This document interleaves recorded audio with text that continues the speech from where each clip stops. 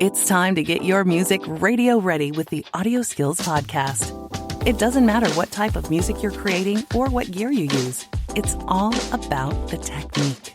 Get ready to turn your home studio into a place where your music goes platinum. Now give it up for your host, Scott Hawksworth. Hey, how's it going, everyone? Scott bringing you yet another episode of the AudioSkills podcast. This week, we've got a return guest, Kendall Osborne, who has also made a few awesome courses for AudioSkills and hosts the Recording Lounge podcast. Is going to be joining us to talk about compression and EQ. But before jumping into that, it's time for your audio tip of the week. This week, I wanted to give a general piece of advice for dialing in settings or really making any mixing or production move. Now, if you're experienced and you have your own process down and you're not interested in trying different things, hey, go for it. Who am I to say you should do it differently? But I wanted to give you something that I like doing and I think is helpful. Here's my piece of advice when working with unfamiliar plugins. Make a relatively big, extreme move and then dial it back.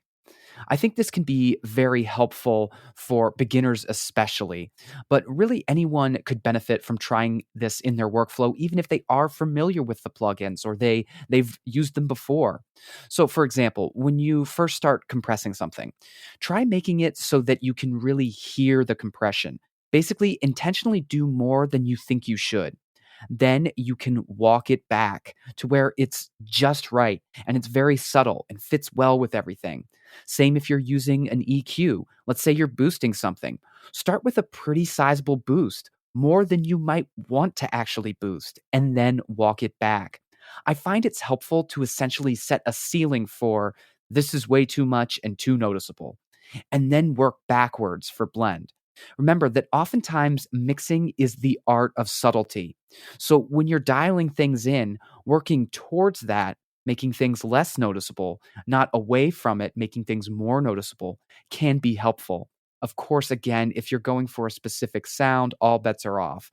And no matter what, I recommend that you follow your own workflow and do whatever works best for you. But I really do think that starting with maybe a little heavier than you might want when you're going with settings and then working backwards can be really helpful. And that's your audio tip of the week. Now, I'd like to take a brief moment to thank AudioBlocks, our sponsors for this episode of the AudioSkills podcast. If you're producing audio or video, working on your band or personal website, or just looking for audio clips to use in your projects, AudioBlocks has it all covered. AudioBlocks membership is awesome because you can get access to their entire library of royalty-free stock video, audio, and images with unlimited file downloads. You can head on over to audioblocks.com/audioskills to sign up and check it out. All right, so now I am thrilled to introduce another return guest to the AudioSkills podcast, Kendall Osborne, owner of The Closet Studios based in Tulsa, Oklahoma, and host of the Recording Lounge podcast. Kendall is also an instructor on AudioSkills, having put together two awesome courses, The Art of Compression and The Art of EQ, and he's going to be talking about compression and EQ with us today. Kendall, welcome to the show, man. Man, glad to be back. Right on. Yeah, it's welcome back. You're only our second repeat guest ever, so man, I think I'm glad to be back. It's a cool podcast. I've admittedly been listening to it myself. I mean, come on, we all do that. You know, oh, yeah, we all you got listen to we listen to everything. Oh, yeah. Might as well. Right on. So how have things been going in Tulsa recently and with your work? Man, things have been going well. I just finished up 4 records. Wow. So yeah, I finished up a live record that we tracked for the sort of a soul artist. We did 13 songs. Which was a huge project, just, that many songs. And, live versions are always longer than the record versions. Mm-hmm. So, 13 songs, like it almost barely fits on one CD. You know what I mean? Like if it was just a couple minutes longer, it wouldn't fit on a CD. But we finished up that. I finished up a folk record. It was really cool, kind of like Bon Iver's sort of like indie folk record. I dig it.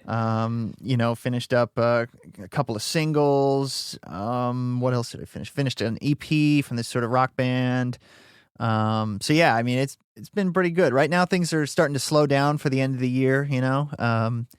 November's kind of like nobody wants to record in December. Sure, yeah.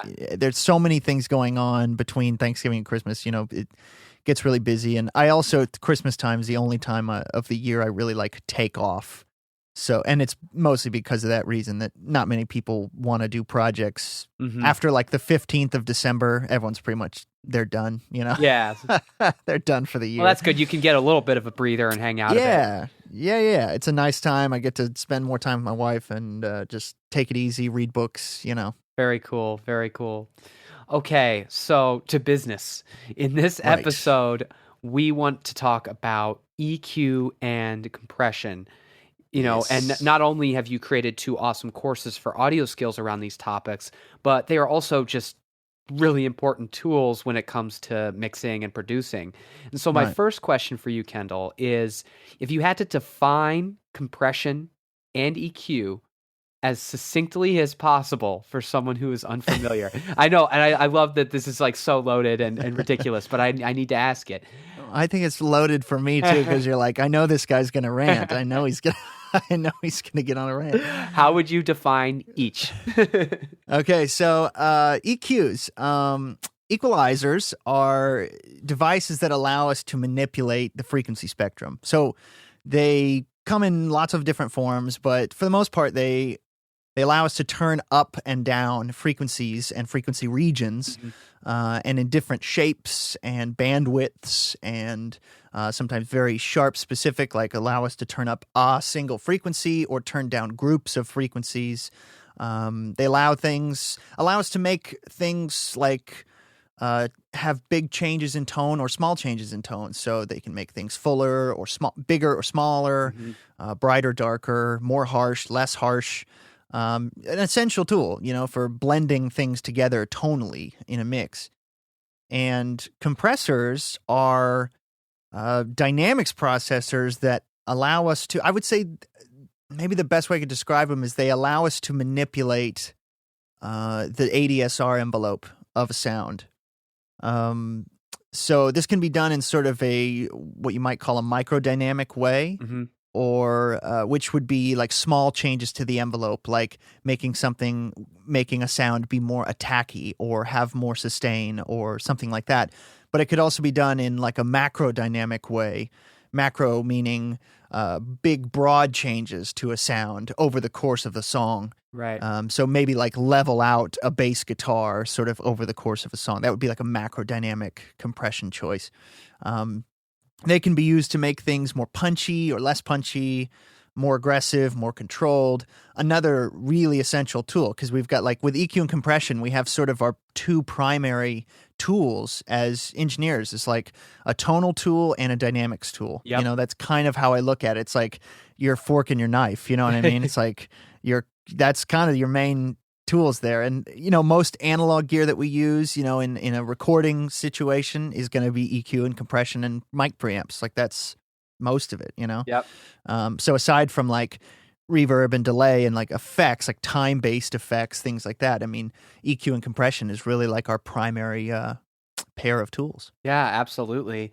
And I think that's an awesome way you just kind of laid out what each is, like if you were to define it. And of course, these 2 tools, there's so much you could discuss about them and so many things to know and do. But to start us with EQ, someone pulls up their EQ and they want to start, do some tonal shaping and making some changes to their sound and doing these kinds of things. What's your number 1 EQ tip for getting great results in a mix? So I promised myself I would keep rants to a minimum on this one, but I have to rant about this a little bit. Please do. So I know that this is like everybody probably is starting to know me as the person that rants about this, but I have to say it. My number 1 EQ tip is to make sure that your monitoring environment is solid. And I know everyone's like, they throw up their hands and they're like, this guy. But it's so important since EQ is about frequencies. and about adjusting the frequency balance. You have to be able to trust the frequency balance that you're hearing. Mm-hmm. You have to, and it's more than, as we talked about, I think on my last rant with you, the first time I was on the AudioSkills podcast. It's more than just accurate monitors, because, speakers of all price points are getting more and more accurate as time goes on. Yeah. But I mean, within plus minus 1 dB, like that's super accurate.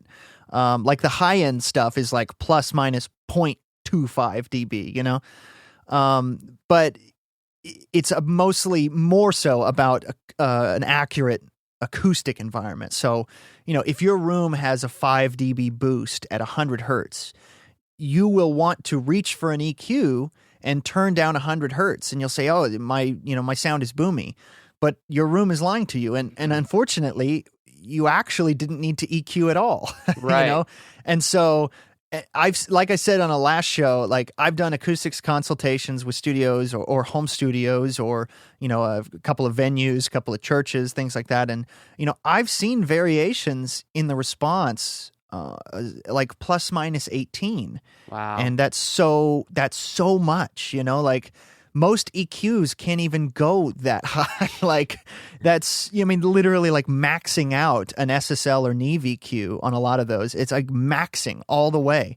And that's so much. And so, not only that, but, it can be between very close frequencies. So it's not like the lows are boosted. It's like 60 hertz might be plus 18, and 80 hertz might be minus 15, and 120 hertz might be plus 10, and 180 hertz might be plus 5, and then 200 hertz might be minus 8. Right. It's this big series of peaks and valleys, and or what we would call like peaks and nulls, or boosts and nulls, and it's like you have to get that corrected. Otherwise, you can't really trust any EQ move that you make.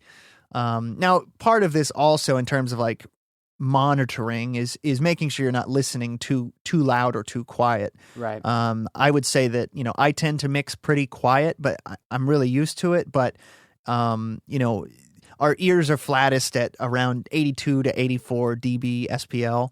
And even then, our ears aren't really flat. They're not, but that's the most accurate quote point. Mm-hmm. And so, but I don't recommend people, like, I recommend, mix quieter than you probably think. It not only is easier on the ears, but it tends to help people focus a little bit more, and tends to bring out the mid-range information when you're listening quieter, and not so much focus on the highs and lows.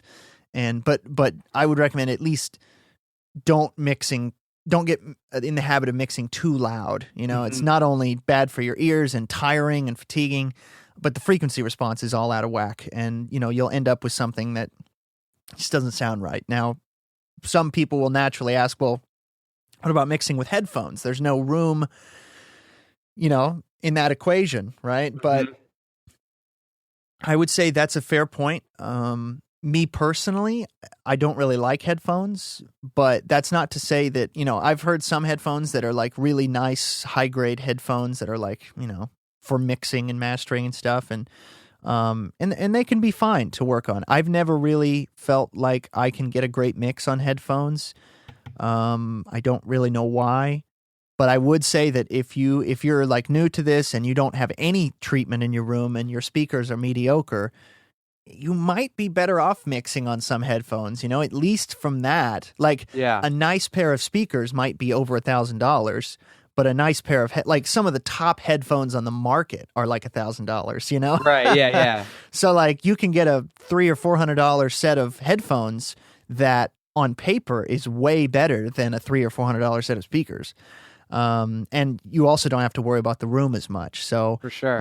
But a lot of that's personal preference. I personally just don't like headphones very much. I feel like I can't get the stereo image right. It always feels super wide to me, Yeah. But that's more, anyway. So bottom line though, in terms of EQ, your number one tip would be really make sure your monitoring situation is in order.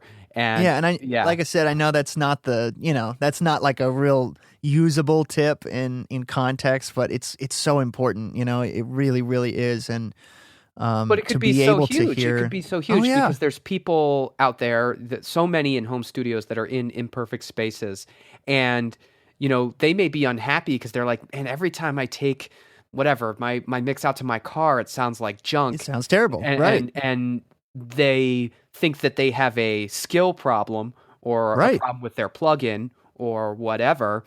Yeah, and they're not as bad as they think they are. They actually are doing exactly what we're supposed to be able to do, which is listen to the sound coming out of the speakers and respond with, appropriate moves. Like, oh, that sounds bassy. I'm going to pull down some of the low end. You know, like they're just doing it how we all do it. But, they're like, well, why does it sound so bad in my car? You know what I mean? And it's because I would argue that translation is one of the big goals when it comes to getting a good mix. Absolutely. Obviously, we have the more artistic goals that are more like, okay, we want to make this mix like really, artistically right. Obviously that's a huge goal. But one of the big goals too is when you're working with clients, you want your mix to sound good everywhere or as many places as possible. That's a big goal. For sure. And it's really, I mean, come on, we've all been there where we've taken the mix to the car and it's like, man, this sounds bad. Or we've listened to it on headphones or on a small speaker and we're like, holy cow, this is really not there. And it's confusing and we're like, what gives? I have these nice studio monitors. I spent $1,200 on these studio monitors. Why can't, and 90% of the time it's the room and not only the room, but the placement of the speakers in the room and just kind of that whole interaction. It's a whole system, how far you're sitting, how close the speakers are to each other, how close they are to you, how close they are to the walls, how big your room is. I mean, and that's the other hard thing about this is it's not something that you can just say, well, the internet said I need to do this because, that's how you treat a room, because it really does depend on the whole system. Mm-hmm. Your room might be 12 feet wide and 15 feet deep, or it might be 30 feet wide and, 11 feet deep. It could be, it's so dependent. And what if you have a lot of windows? What if you have no windows? Like all of that is one acoustic system. Like the density of the floor and of the ceiling and of the walls, and are there windows, and the way that sound acts, like all the equations and things like that we use for room acoustics are based on a windowless, doorless concrete bunker. And, that's not what our houses are. That's not what our home studios are, or our bedrooms, or even pro studios. That's not what pro studios are. And so that's all, the math is there for theory, right? Like in theory, this is how sound will act in a perfectly dense, space. Just like a lot of the acoustics, equations that we use for sound are done in the free field. So like, speed of sound, the inverse square law, all of that stuff is done in a free field, meaning like an open field with no walls, right? And so you can't just go on equations or estimates. You really have to measure the room and measure the speaker placement and then treat from there to treat the remaining problems. And that's so critical to EQ. And like I said, like you don't have to spend $20,000 on accurate monitors. $20,000, on accurate monitors in a crappy room are worthless. It's worthless.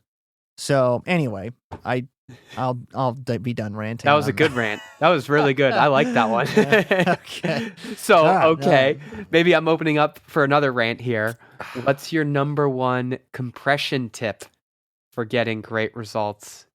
Okay, this isn't I wouldn't say this is very ranty. Okay. I would say my number one compression tip is probably to don't try to compress everything in one stage. Yeah. Try to use compression in small stages and try to use it in parallel, blending in the dry signal with the compressed signal. Don't try to just like slam a compressor to get that really cool vibe, because a lot of times it sounds worse that way and it reacts so much to. So maybe a better thing would be to just give an example. So I might compress a snare drum while I'm recording by a dB or two. Sure. And people might be, well, that's hardly any. That's not, that's not going to get that smacking snare sound, but that's not the point, and then maybe in the mix, I use a little bit of saturation on the actual like snare track, but then my drum bus has compression, and then my master bus has compression. And so in total, if you like add up all that gain reduction, you might be like, wow, I'm compressing like 10 dB. Right, yeah. But if you try to do that all with one compressor, I find personally it doesn't seem to sound as good, at least not with all compressors. Some compressors you really can slam them and they sound awesome. But I find that to do it in small stages, not try to accomplish everything in one stage. Another good argument for this would be that, you're not setting yourself up for failure. Like if you compress 10 dB on the way in and then later you're like, man, I overcompressed that and I can't undo it. Yeah. That's no good. And with drums too, we'll often have multiple microphones. Like we'll have overheads and we'll have snare and we'll have rooms. And so like you can compress each of those a little bit rather than trying to just like slam your snare drum. You know what I mean? Like maybe you need to compress the overheads a little and the rooms, maybe compress the rooms a lot and then compress the snare a little. Like, just try not to think of compression as like, oh, snare track, I want a punchy snare, slam it with compression. You know what I mean? It's like, try to look at the bigger picture and think, okay, yes, but then there's also snare in the overheads, there's also snare in the rooms, and then you've got a drum bus and you've got a master bus. And so, I'd say just try to take it in stages. And like I said, also try parallel compression. It's a great way. We've talked about this before, it's a great way to really preserve the original attack while still giving you that heavy compressed sound that we like. I use parallel compression a lot, but yeah. I love it. That's a great compression tip. And I think, a lot of people when they start out or maybe they're frustrated, it's like, well, maybe they're trying to do too much with just one compressor and kind of maybe folding some things in and being more subtle with the moves, but then having them add up over time really helps you get that cleaner sound that isn't over compressed and isn't, too much. Right. And I will say that I find that analog compressors tend to be a little more forgiving in this regard. Like I find that you can compress more in the analog domain and it still sounds good. But with plugins, it seems like after, a certain amount of compression, it doesn't really, it seems to get small. But again, that's kind of all like, just, it's not a fact, that's just my sort of, the way that my ear hears it at least. And, since I have a lot of analog compressors, I feel like I can at least say like, no, I've really tested it. Like I've got the soft tube TubeTech CL1B, but I have the hardware. Like I can compare them directly, and say like, how close are they and what sounds better? And I remember doing a test of those two units actually back to back and remember thinking like, man, the plugin does sound really good. But after like 4 or 5 dB of compression, the plugin it starts to sound kind of small and doesn't really do it for me. It still sounds decent, but it just doesn't sound as good. But on the hardware, I feel like we were slamming the vocal and it was just like, man, it still sounds good. It still sounds good. So I've done the tests and that's how I hear it, but some people might disagree, but that's okay. Yeah, that's fine. So, okay, since we're talking about plugins, this is a question I'm really chomping at the bit to get out there to you.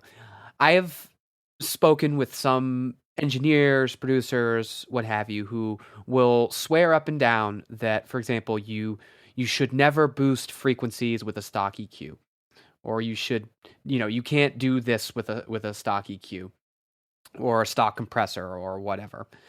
Do stock plugins for EQ and compression have inherent flaws? And then as a follow-up, what's then the big difference between stock and premium plugins aside from obviously price? Right. Well, I think the whole boost versus cut thing on EQ is kind of a myth. And we can talk more about that later. But I think it's kind of a myth, and especially when it comes to like, regardless of whether it's a stock plugin or not, I think boost versus cut is a myth. I think both are fine. But in terms of like stock plugins versus nicer plugins, I would say the biggest difference would be like, at least with an EQ, would be the phase response and the curves that are selected and the fidelity, like oversampling, things like that. I would say that EQs are actually, like analog EQs are actually pretty easy to emulate. Yeah. In the box, much easier than compression. But thankfully, I find that you also don't need like 10 different EQ plugins, really. You know what I mean? Like, yeah. Compressors are so different from each other that I find, because they color things so differently. Yeah, and the way that they attack, the way they release the curves, the ratios, the attack and release times, all that stuff with compressors, is so very specific. And there's so many compressors too that are fixed, like the LA2, and you really just kind of have like a mount, you know what I mean? And it's like that does one thing, and you either like it or you don't. But so I find that I need tons of compressor plugins. But with EQ, a couple different flavors I find is fine. I would say that, stock EQs are generally probably fine. They're not as versatile or as maybe colorful or whatever as some of the nicer plugins.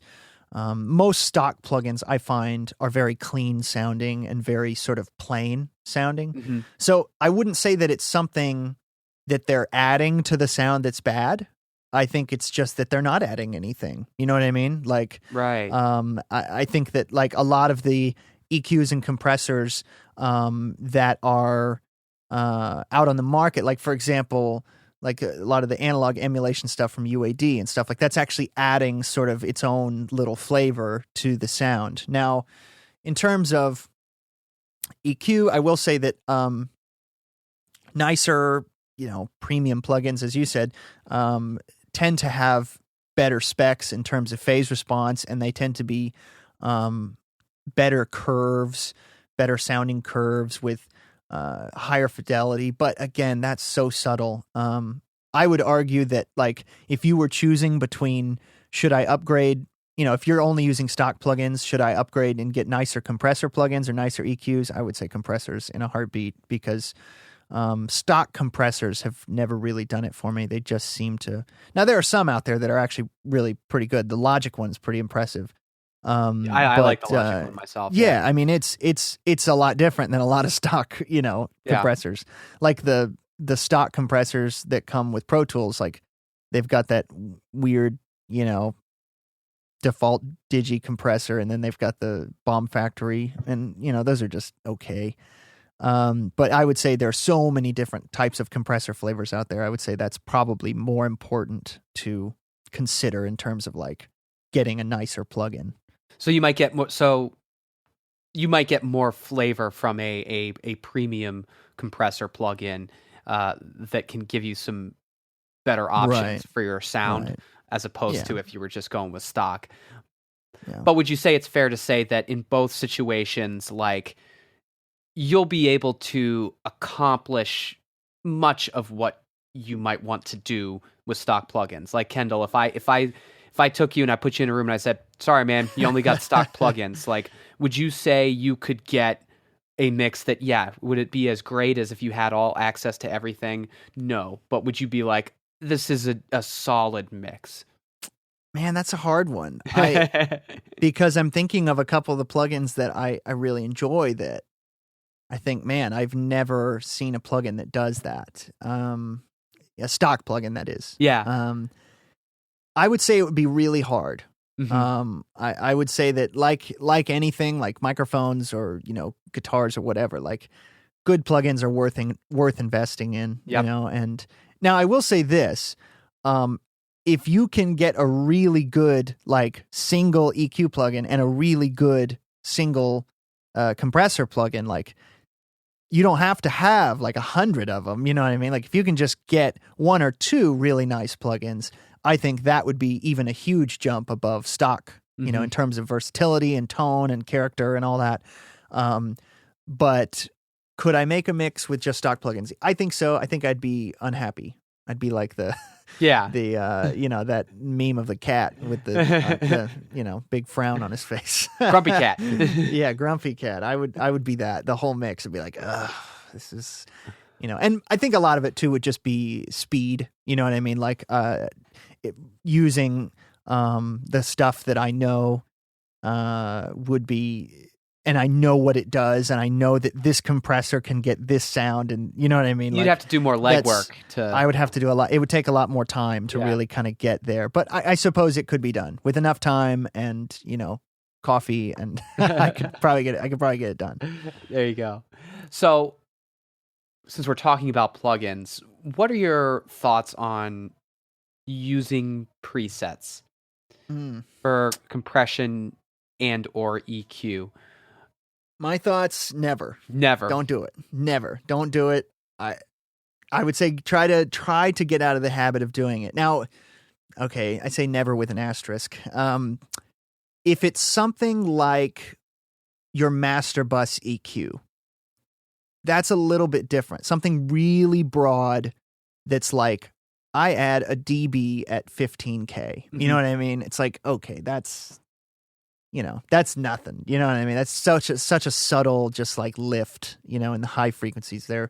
Or like master bus EQ, master bus compression. Like a lot of us use a master bus compressor, and it's usually set to a pretty similar setting, each time. So I'd say 99% of the time, try to avoid it. Unless it's something like,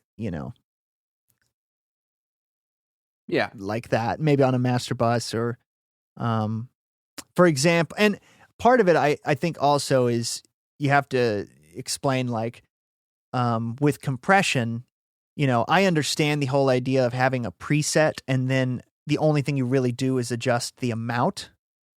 That makes sense to me, like, for example, like the LA2 compressor, like there's not really anything to tweak other than compress mode or limit mode. Because that's Kendall, that's one of the things that I have mentioned, especially if people are starting.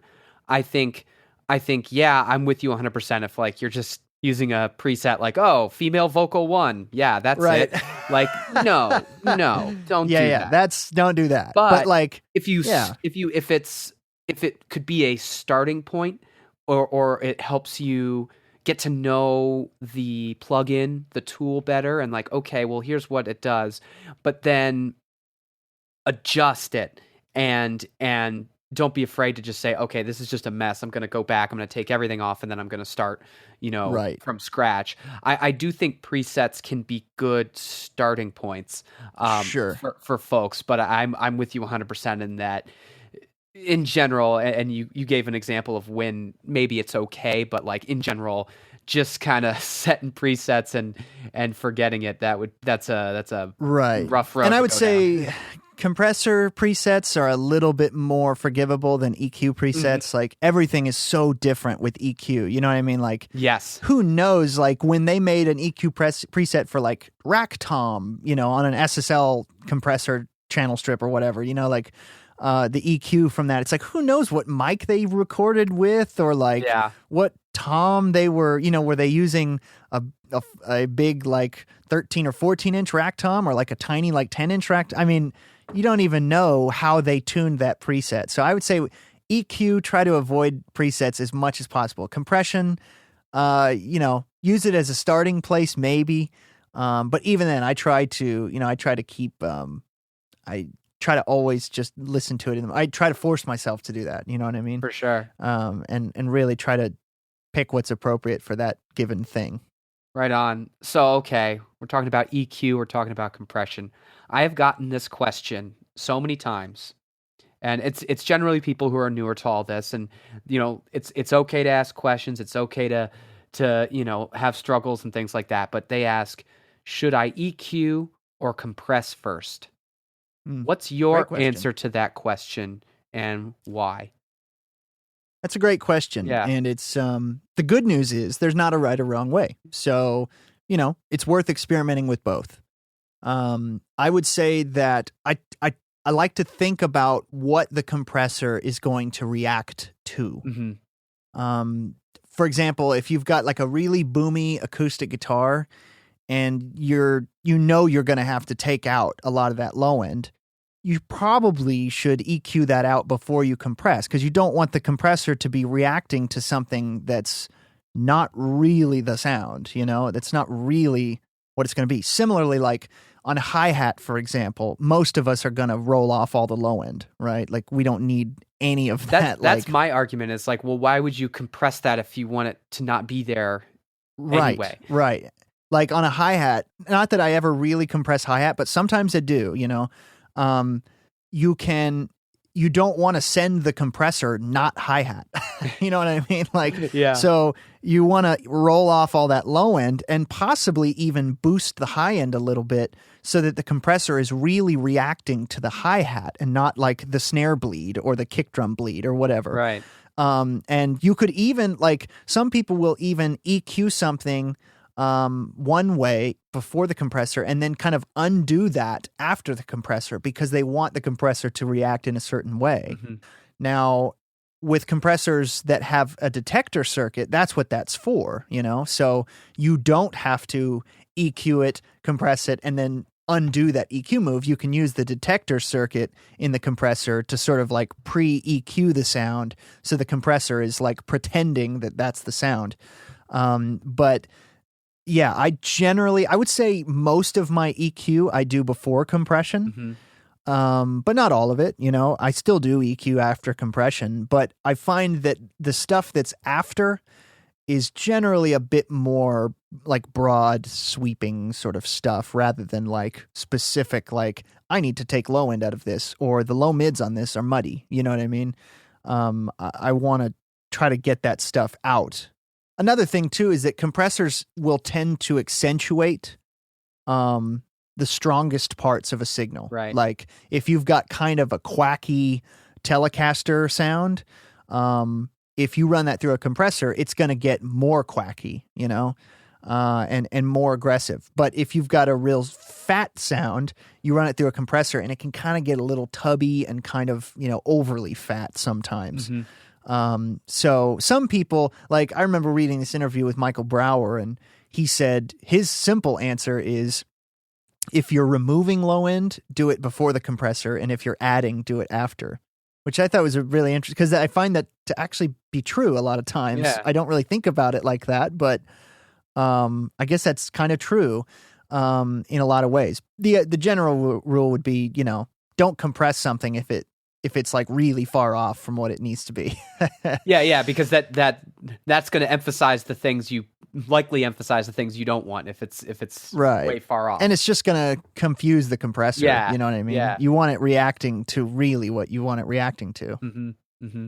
So, okay, earlier we were kind of touching on some myths, and I want to ask you these questions because this seems like there might be another rant in Love here. a good myth.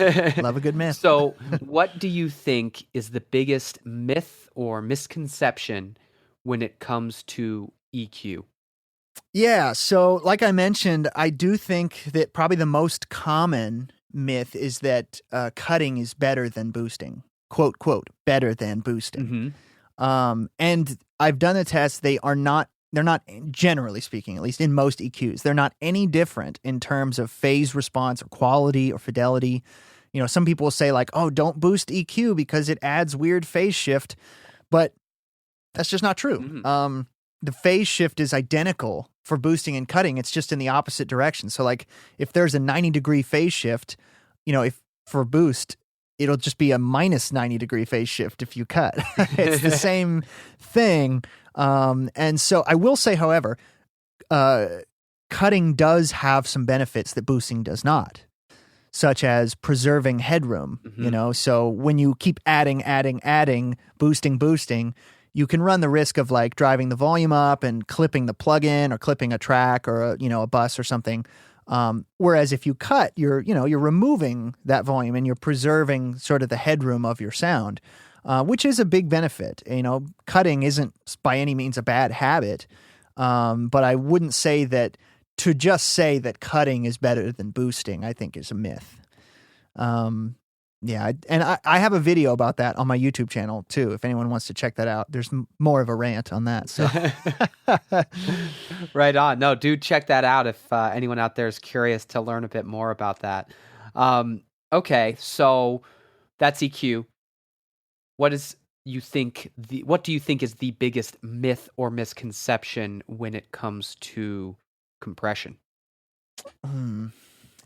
This is it's less of a myth and more of a misconception. I'd say the biggest one is understanding what attack and release actually do. Most of us can hear compression. You spend enough time with it, it's pretty easy to hear that the attack and release do this and that, and we can even say, we can even describe it in a lot of ways, but there's this bad definition for both of these. And the definition that a lot of people repeat is, for attack, after the signal crosses the threshold, how long before the compressor starts compressing? And that is bad wording. It's not what it does. Okay, if you think about the wording, how long before the compressor starts compressing? That's not true. Right. Okay, so when a signal goes over the threshold, it's immediately compressing. Immediately. The attack control is not a delay or like a waiting period before compression. The attack time is how long it takes to turn down the signal. So a slow attack has sort of a slow, it turns down slower. And a fast attack turns down quicker. And where it's turning down to, like 5 dB, is defined by the threshold and ratio. So, if your compressor on your snare is, going to compress your signal 5 dB, the attack time is how long it takes to go down 5 dB, not how long it waits before going down 5 dB. Mm-hmm. And I can prove all of this too. I've got a video about this on my channel as well, that you can prove that it is indeed how long it takes. So as soon as a signal goes over the threshold, it is compressing. Right. That's one reason why parallel compression is so good, because I like how Michael Brower said it. He said that as soon as you compress a signal, the attack is not the original. It's been changed. So when you blend in parallel, you really are blending in a truly uncompressed signal. But as soon as, because some people will say it like, oh, it lets the transient through. And that's another, kind of confusing wording. It's like, okay, yes, slower attacks do, quote, let the transient through, but that doesn't mean the transient is untouched. Right. It just means it's slow enough to not mess with the transient. You know what I mean? Yeah, no. So, yeah. So, and similarly, I will say that the same kind of is said about the release control. People will say things like, how long before the signal comes back to normal volume. And while that's like kind of true, it's also not a great definition. Like, on most compressors, the release is engaged as soon as the compressor stops attacking. So I think of it like a rubber band or like a trampoline, right? Like jumping on a trampoline is the compressor attacking, and then when it pushes you back into the air, that's releasing. Yeah. So it's like this sort of elastic motion.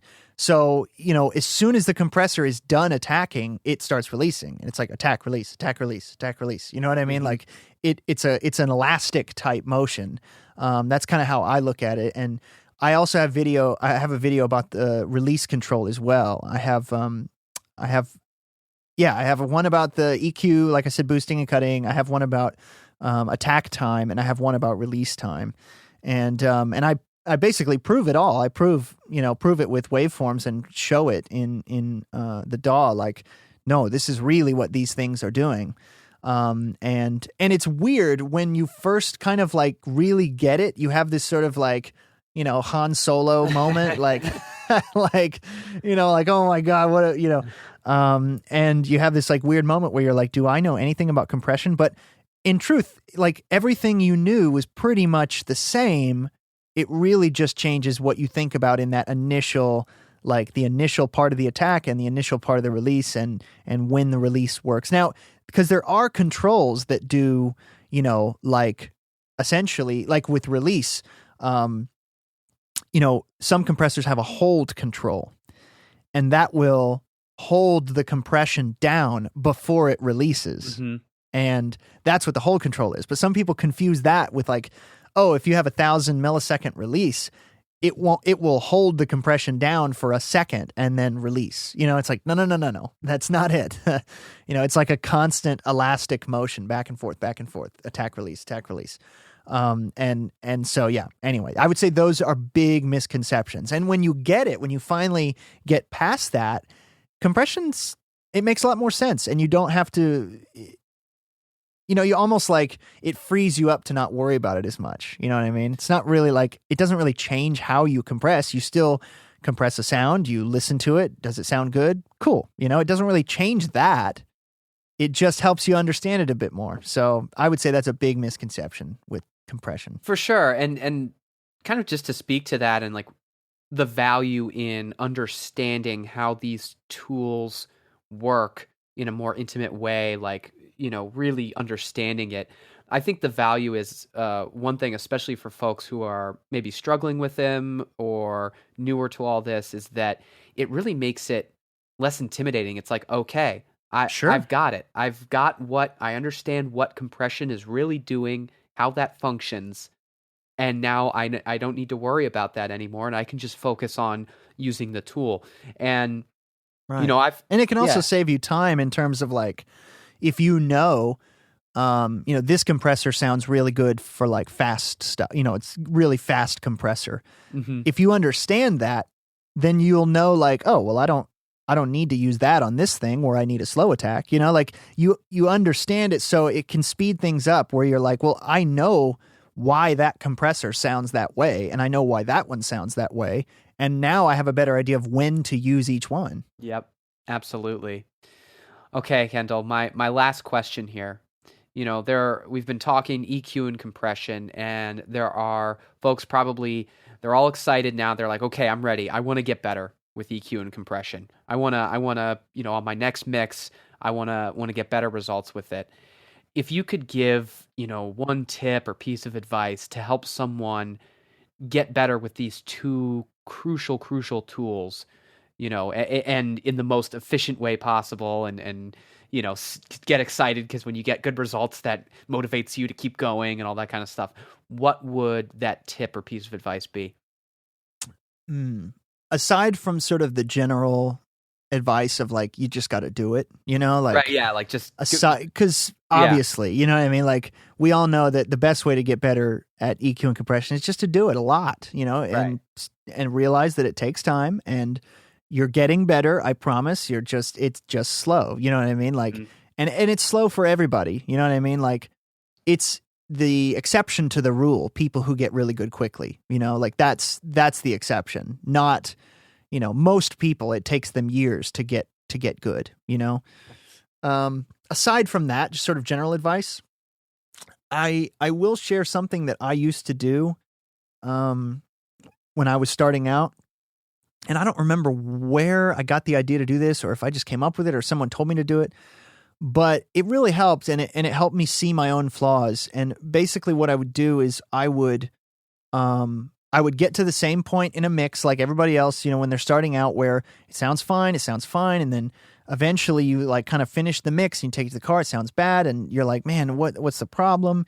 And I would be confused, like, where did it all go wrong, right? And so what I would do is I would make mixes in stages. So I would take a mix and I would set like 5 or 6 different milestones, right? So my first mix 1, would just be levels and pans, no EQ, no compression. And I would save that and, save as with your session and save it as, blah, blah, blah, song title, mix 1. Yeah. And then I would render it. I'd render a mix, and then I'd, not think about it. And then I would keep doing the mix. I would add maybe some master bus processing, right? Some EQ and compression on the master bus, a couple more level adjustments, maybe throw a reverb on the vocal or something.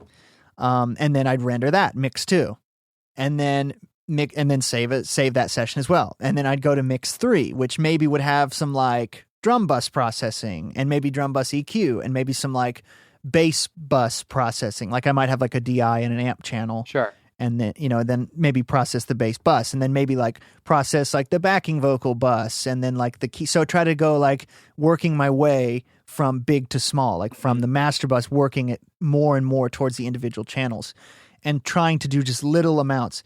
And then I do mix 4, which I would start getting into, say, compression on individual instruments, like snare or vocal or kick or whatever.